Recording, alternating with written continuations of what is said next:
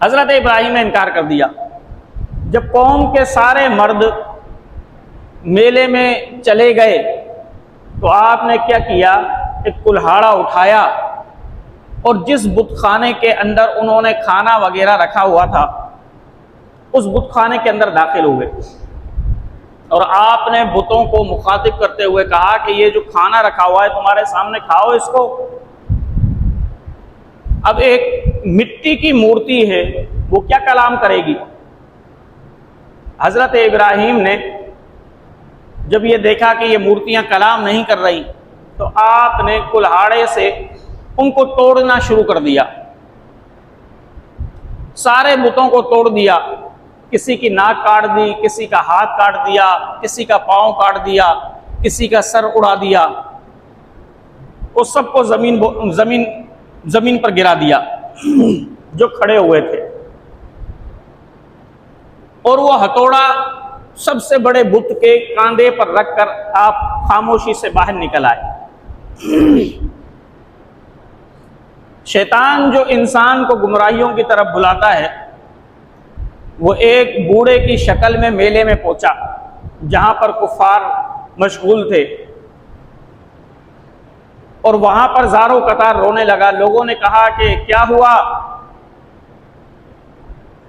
तो वो शैतान जो बूढ़े की शक्ल में आया था वो कहने लगा, हलाकत हो तुम्हारी, तुम्हारे माबूदों को नेस्त नाबूद कर दिया गया, तोड़ दिया गया, जाओ अपने माबूदों को बचाओ। जैसे ही उन्होंने सुना वो मेले से दौड़े दौड़े आए, अपने बुत खाने के अंदर दाखिल हुए। अब जब दाखिल हुए तो बड़े हैरान हुए कि किसी बुत की नाक कटी हुई है, किसी बुत का हाथ नहीं है, किसी बुत का पाँव नहीं है, किसी बुत का आधा धड़ नहीं है, किसी बुत का सर नहीं है। अब उनको देखकर बड़ा गुस्सा आया तो वो कहने लगे, कालू मन फ़अल हाज़ा बिआलिहतिना इन्नहु लमिनज़ ज़ालिमीन, ये कौन जालिम है जिसने हमारे इलाहों के साथ ये काम किया है?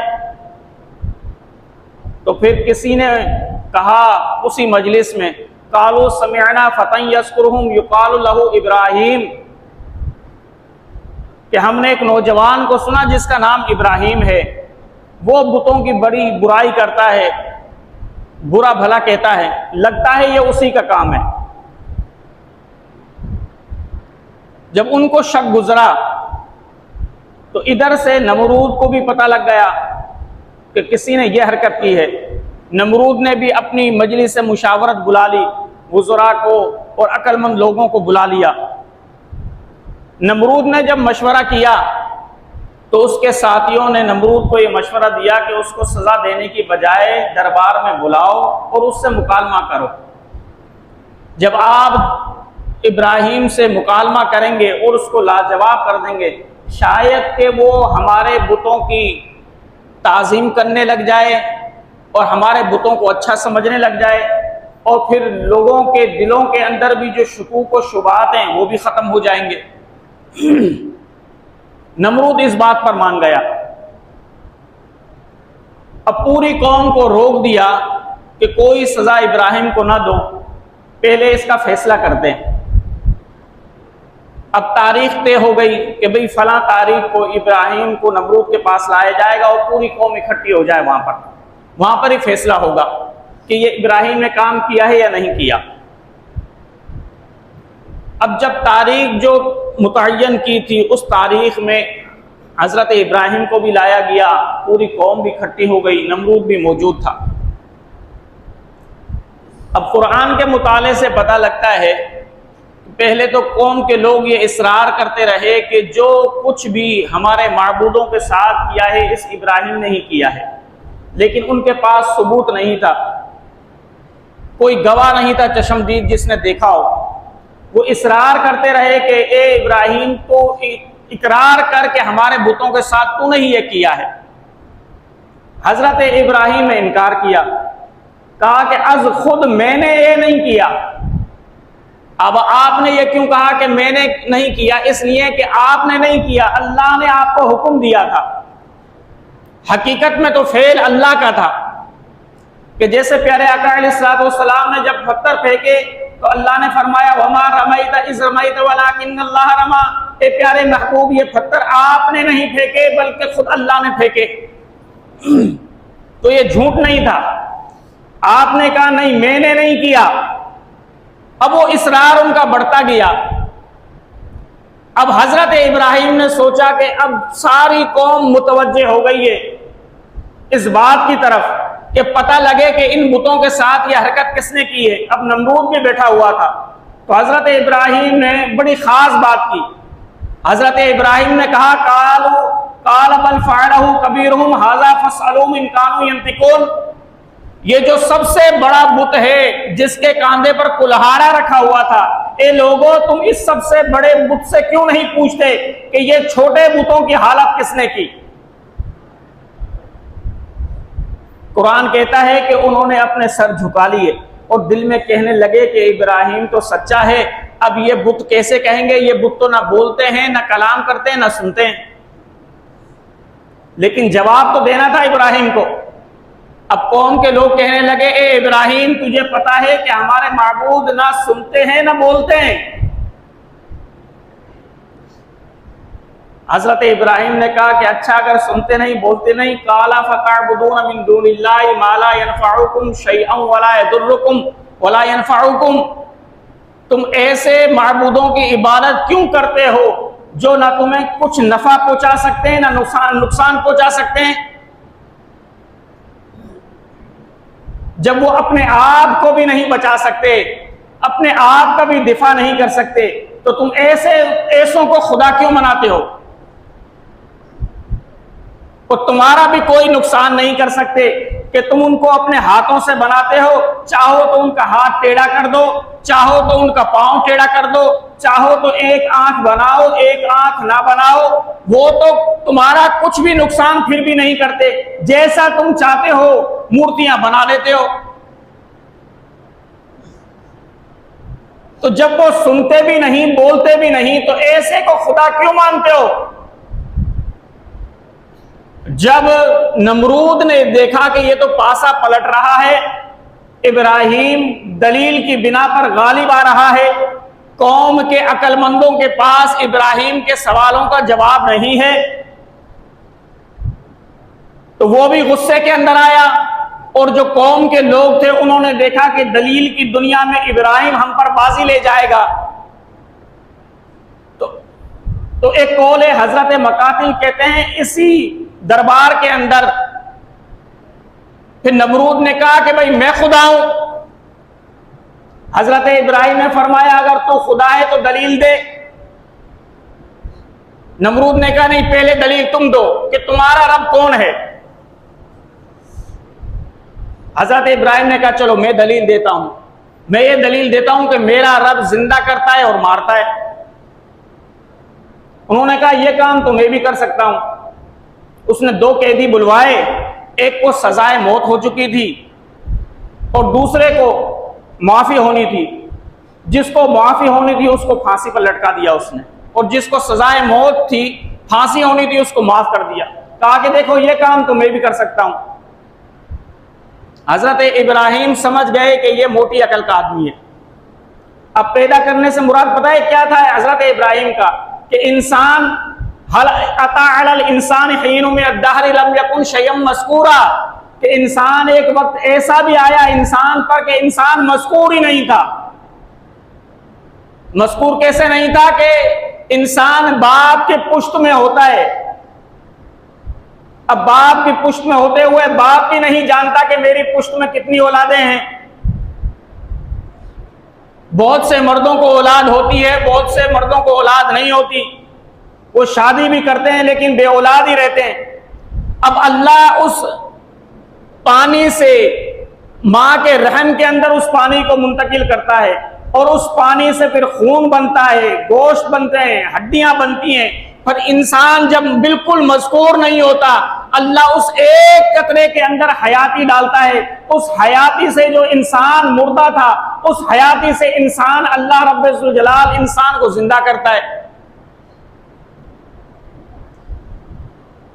और मारने का मफहूम क्या था कि अल्लाह रब्बुल जलाल ने हर इंसान की जिंदगी लिख दी है कि जब इसकी जिंदगी पूरी हो जाएगी तो मैं इसको मौत दे दूंगा।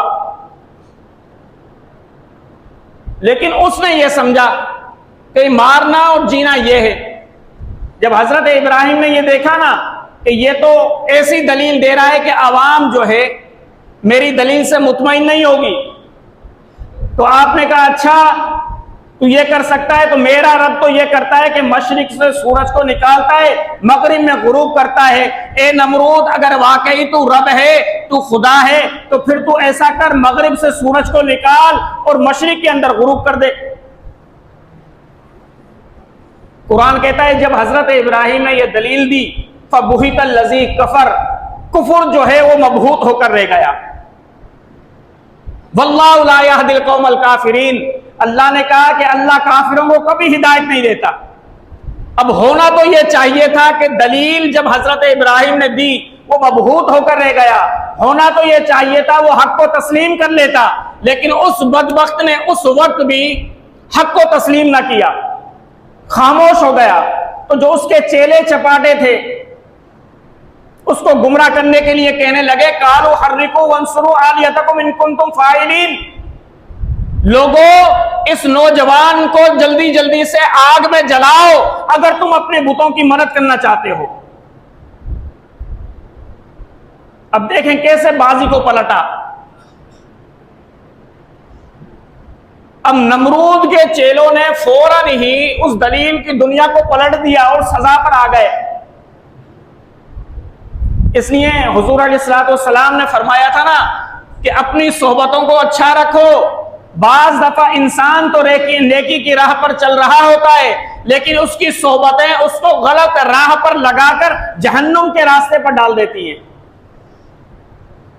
बाज मर्तबा एक नौजवान नमाजी होता है, परहेजगार होता है, लेकिन बुरी सोहबतों के साथ बैठते बैठते एक वक्त ऐसा आता है कि जो वो बेनमाजी होते हैं उसको भी बेनमाजी बना देते हैं। एक शख्स शरीफ होता है, पारसा होता है, लेकिन वो जिनाकारों के साथ बैठता है। वो जब जिनाकारी की बातें सुनते सुनते एक वक्त ऐसा आता है कि वो शरीफ लड़का भी जिना के अंदर लग जाता है, क्योंकि सोहबत असर करती है। अब जब फिरौन तो नमरूद तो मबहूत था, फौरन उसके चेले चपाटे कहने लगे जल्दी जल्दी करो, इस नौजवान को जलाओ। फिरौन ने कहा अच्छा फिर ऐसा करो, चलो इसके लिए लकड़ियां इकट्ठी करो, पूरी कौम में ऐलान कर दो कि लकड़ियां इकट्ठी की जाएं और फिर इसको जलाया जाएगा। एक रिवायत के अंदर आता है जब वो मबहूत हो गया, उसके पास कोई जवाब ना रहा, तो नमरूद ने कौम के लोगों को कहा अभी मुझे सोचने का वक्त दो, अभी बाद में इसका फैसला करते हैं। हजरत इब्राहिम को ले जाया गया, एक कमरे के अंदर कैद कर दिया गया। उसने दोबारा मजलिस मुशावरत बुलाई मशवरा करने के लिए, तो सब लोग कहने लगे भाई क्या सजा दें, क्या सजा दें, क्या सजा दें। तो शैतान बूढ़े आदमी की शक्ल में उस मजलिस में आ गया। तो शैतान ने कहा कि ऐसा करो, इस नौजवान को आग की सजा दो। उससे पहले आग की सजा किसी को भी नहीं दी गई थी। कहा कि जब तुम आग की सजा कैसे दो कि इस जुर्म के अंदर सबको शामिल करो, ए नमरूद को अकेला ना कर, पूरी कौम को कहे कि लकड़ियां इकट्ठी करें और एक जगह पर जमा करें, ताकि अगर जुर्म हो तो सब जुर्म के अंदर शरीक हों।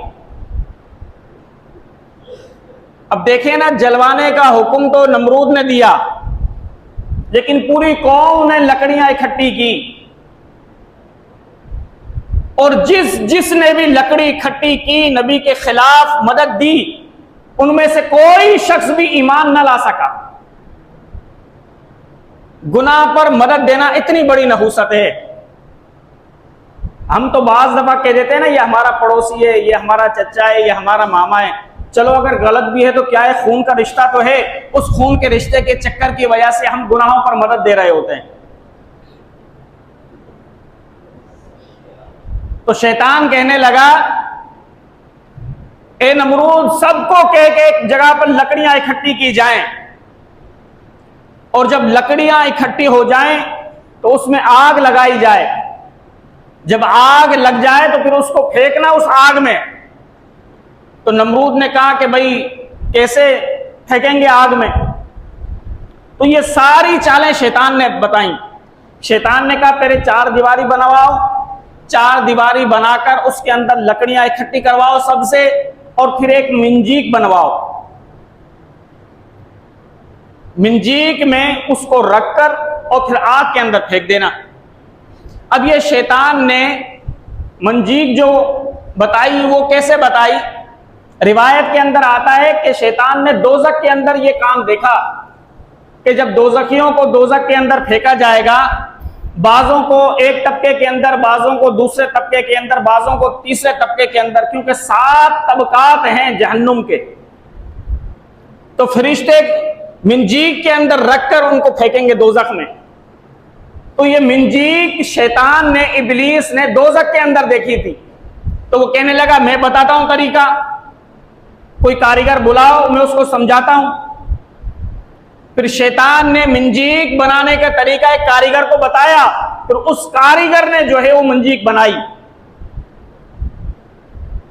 अब पूरी कौम ने लकड़ियां इकट्ठी की, हत्ता के कहते हैं 40 दिन तक लकड़ियां इकट्ठी करते रहे।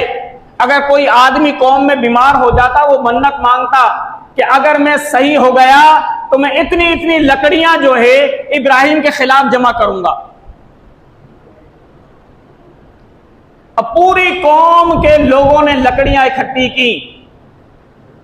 जब लकड़ियां जमा हो गई, उसके अंदर आग लगाई गई। वो आग इतनी ज्यादा बुलंद थी, कहा जाता है कि ऊपर जो भी उसकी फिजा में कोई परिंदा आता तो उसकी तपिश से जो है वो भी जल भुनकर आग के अंदर गिर जाता।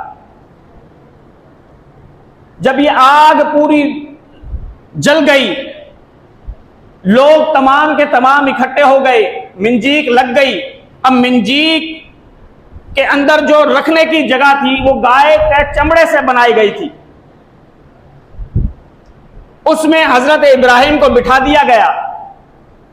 तो हामान ने कहा, क्योंकि ये तो पता ही होता है ना कि हक हक होता है, हामान ने नमरूद से कहा ऐसा करो, तुम अपना लिबास इब्राहिम को पहनाओ। अगर आग ने इब्राहिम को नहीं जलाया तो हम ये कहेंगे भाई नमरूद का लिबास पहना हुआ था इसलिए इब्राहिम नहीं जले, इसका लिबास उतार लो। नमरूद ने यही किया, इब्राहिम का लिबास उतरवाकर अपना लिबास पहनाया, और फिर उसके हाथों को और पांव को बांध दिया गया और मिंजीक में रख दिया गया।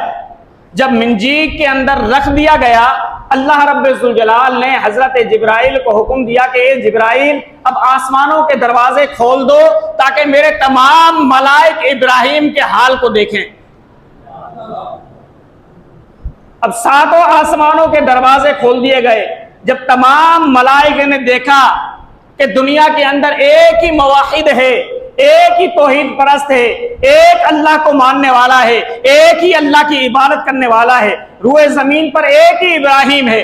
जब फरिश्तों ने यह हालत देखी कि जो अल्लाह को मानने वाला है, अल्लाह की तौहीद की दावत देने वाला है, हक का अलम बुलंद करने वाला है, फरिश्ते अर्ज करने लगे ए बारे इला, इस इब्राहिम के साथ ये कौन सा जुल्म हो रहा है कि यही इब्राहिम तो तेरी तौहीद के डंके बजा रहा है और तू इसी इब्राहिम पर ये जुल्म देखते हुए बर्दाश्त कर रहा है कि तेरे इब्राहिम को आग में जलाया जाए। ए रब्बे कायनात, अगर ये इब्राहिम आग के अंदर जल गया और मर गया तो इस दुनिया के अंदर तेरी तौहीद को कौन फैलाएगा? अब मलाइक दुहाई देने लगे अल्लाह रब्बुल जलाल की बारगाह में। हजरत इब्राहिम की जब दुहाई देने लगे तो अल्लाह ने कहा मलाइका से कि मैं उसका रब हूं, यह मेरा खलील है, मुझे पता है कि कैसे मदद करनी है, लेकिन हां अगर तुम ये चाहते हो कि इस पर जुल्म हो रहा है और इब्राहिम मदद का ख्वासगार है तो ए मेरे मलाइकाओं, तुम जाओ इब्राहिम को मदद की दरखास्त करो।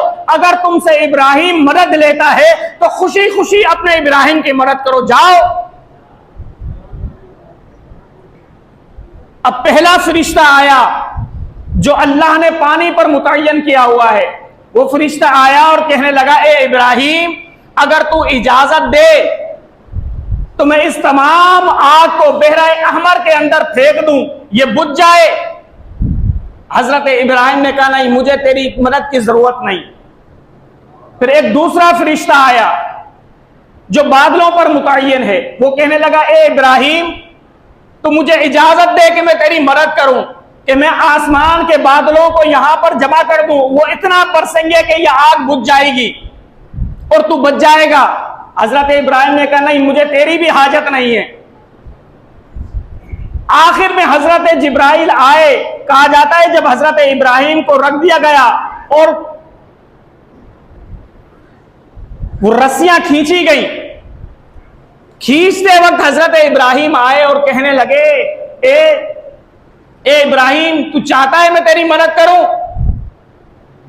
हजरत इब्राहिम ने जिब्राइल अमीन को देखा तो कहा कि ए जिब्राइल, नहीं, मैं जिससे मदद चाहता हूं वो मेरे हाल को देख रहा है, वो मेरे हाल से वाकिफ है। हस्बी अल्लाह व निअमल वकील, अल्लाह मुझे काफी है, वो मेरा बेहतरीन कारसाज है। ए जिब्राइल, मुझे तेरी हाजत की, तेरी मदद की जरूरत नहीं। अब कहते हैं कि 400 रस्सियां थी। जब उन्होंने खींचा लोगों ने, तो वो खींची नहीं, इसलिए कि इब्राहिम ने तो मदद से इनकार कर दिया, लेकिन मलाइक खड़े हुए थे, मलाइक उन रस्सियों को खींचने ही ना दे। अब पीछे क्यों, कैसे लेकर जाए? अब जब ये हाल हुआ, 400 लोगों से बढ़ते बढ़ते कहते हैं कि 4000 आदमी खींचने लगे उस रस्सियों को डालने के लिए। 4000 आदमी जब मंजीक को खींचने लगे, उनसे भी ना खींची, मलाइक रुके हुए थे। अब बड़े परेशान हुए। दोबारा शैतान आया और लोगों से कहा, अगर पूरी दुनिया के लोग भी इकट्ठे हो जाएं तो तुम इस मंजीक को नहीं खींच सकते। क्यों? इसलिए कि अल्लाह के मलाइक ने उन मंजीकों को पकड़ा हुआ है, तुम नहीं फेंक सकते इब्राहिम को। तो लोग कहने लगे, फिर इसका हल क्या है? शैतान ने कहा, हां, हल बताता हूं। ऐसा करो, कुछ मर्द और औरतों को यहां पर इकट्ठा करो, वो मर्द और औरत इकट्ठे हों और वो यहां पर जिना करें। जब जिना करेंगे तो मलाइक चले जाएंगे। क्या करेंगे? जिना करेंगे तो मलाइक चले जाएंगे। अब उन्होंने यूं ही किया, वहां पर चंद मर्दों को, औरतों को बुलाया और वहां पर जिना करवाया।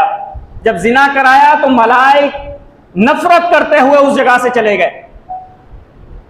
इसलिए प्यारे आका अलैहिस्सलातु वस्सलाम ने फरमाया ना कि जब जानी जिना करता है तो ईमान की कमीज उससे उतर जाती है, ईमान सर पर मुअल्लक हो जाता है और जमीन अल्लाह को फरियाद करती है कि बारे इला, तो मुझे इजाजत दे कि मैं इस जानी को अपनी जमीन के अंदर समोलूं, गरक कर दूं। आसमान अल्लाह की बारगाह में फरियाद करता है, बारे इला, तूने इसको पैदा किया, तूने इसको नेमतें दी, जिस चीज को तूने हराम किया ये शख्स वो काम कर रहा है, बारे इला, तो मुझे इजाजत दे कि मैं इसके ऊपर गिर जाऊं। यानी इतना नहुसत वाला होता है उस वक्त जब जानी जिना कर रहा होता है। तो वो मलाइक चले गए। जब मलाइक गए, उन्होंने खींचा और हजरत इब्राहिम को फेंकने के लिए। अब जब फेंका, हजरत इब्राहिम अभी हवा पर थे कि हजरत जिब्राइल दोबारा आ गए और कहा कि ए इब्राहिम, चाहता है कि मैं तेरी मदद करूं? हजरत इब्राहिम फिजा के अंदर थे। उस वक्त हजरत इब्राहिम ने कहा, ए जिब्राइल, मुझे तेरी हाजत नहीं है, मेरा रब मेरे हाल से खूब वाकिफ है। अब हजरत इब्राहिम हवा में हैं, उड़ते हुए जा रहे हैं, किसमें? आग में। मलाइक भी हैरान हैं कि इब्राहिम का तवक्कुल क्या है, इब्राहिम का ईमान क्या है, इब्राहिम का यकीन कैसा है कि किसी से मदद नहीं ले रहे। अभी फिजा के अंदर ही थे, अल्लाह रब्बुल जलाल की रहमत को जोश आया, अल्लाह ने फरमाया या नारो कूनी बरदम व सलामन अला इब्राहिम, ए आग इब्राहिम पर ठंडी और सलामती वाली हो जा। अब जैसे ही हजरत इब्राहिम आग में गए, रिवायत के अंदर आया मलाइक ने हजरत इब्राहिम को थाम लिया और प्यार से बिठाया, और फिर उस आग ने क्या किया, फकत नमरूद के कपड़ों को जलाया, हजरत इब्राहिम के जिस्म को बिल्कुल नुकसान न पहुंचाया। जो रस्सियां बांधी गई थी वो रस्सियां जलाई, नमरूद का लिबास जला, लेकिन हजरत इब्राहिम का जिस्म सही और सलामत था। कि फिर हजरत जिब्राइल अमीन आए, जन्नत से एक तख्त लेकर आए, हजरत इब्राहिम को उस पर बिठाया और हजरत इब्राहिम के जिस्म पर जन्नती लिबास भी पहनाया। जन्नती लिबास पहनाकर, रिवायत के अंदर आया हजरत इब्राहिम के पास ही चश्मा भी जारी हो गया, और जो वो दरख्त लकड़ियां जो फेंकी गई थी अल्लाह की कुदरत से, वो सूखी हुई लकड़ियां दरख्त बन गई और उसके अंदर गुलाब के और चमेली के फूल भी उगाए। अल्लाह अकबर। अब जब कई दिन हो गए आग में, लोगों ने ये सोचा कि हजरत इब्राहिम जल गए होंगे, भुन गए होंगे, मर गए होंगे। अब नमरूद चढ़ा कहां पर, अपनी इमारत पर, देखने के लिए कि देखूं तो सही इब्राहिम जल गया या नहीं। लेकिन जैसे ही इमारत पर चढ़ा, देखकर हैरान हो गया कि इब्राहिम तो तख्त पर बैठा हुआ है, पास ही चश्मा भी जारी है, गुलाब के, चमेली के, नफशा के फूल भी वहां पर हैं, और हजरत इब्राहिम मुस्कुरा रहे हैं और अल्लाह का जिक्र कर रहे हैं। जब नमरूद ने यह हालत देखी, ओसान खता हो गए, और नमरूद ने वहां से ही आवाज दी, ए इब्राहिम, तुझे आग ने नुकसान न पहुंचाया। इब्राहिम ने जवाब दिया, ए नमरूद, जो रब है आग का, उस रब ने हुक्म दिया, तो उस रब ने जिस चीज को हुक्म दे दे, फिर वो चीज हर चीज रब के ताबे होती है। जब तक रब ना चाहे कोई चीज नुकसान नहीं दे सकती। कहते हैं, मुख्तसर करूं वरना वाक़या तवील है, नमरूद ने कहा, ए इब्राहिम, तो आग से निकल सकता है? कहा कि हाँ, आग से निकल सकता हूं। जैसे ही निकला हजरत इब्राहिम आग से, फिरौन के दरबार में आया। फिरौन ने, माजरत, नमरूद ने कहा कि ए इब्राहिम, तेरा रब तो बड़ा सच्चा है, बड़ा ताकतवर है, बड़ा आला है। अब मैं तेरे रब की बारगाह में कुर्बानी करना चाहता हूं, 4000 गायों की, 4000 गायें कुर्बान करना चाहता हूं। हजरत इब्राहिम ने फरमाया, ए नमरूद, मेरा रब जो है वो ईमान वालों की ही कुर्बानी कबूल करता है, काफिरों की कुर्बानी कबूल नहीं करता। अगर चाहता है कुर्बानी करना तो पहले ईमान लेकर आ, उसके बाद कुर्बानी कर, ताकि तुझे फायदा हो। लेकिन नमरूद ईमान ना लाया, लेकिन उसने कुर्बानी की, लेकिन उसकी कुर्बानियों को कोई फायदा नहीं है। फायदा किसको होता है कि जो अहले ईमान होता है, मुसलमान होता है, कुर्बानी वो करता है, उसको फायदा होता है।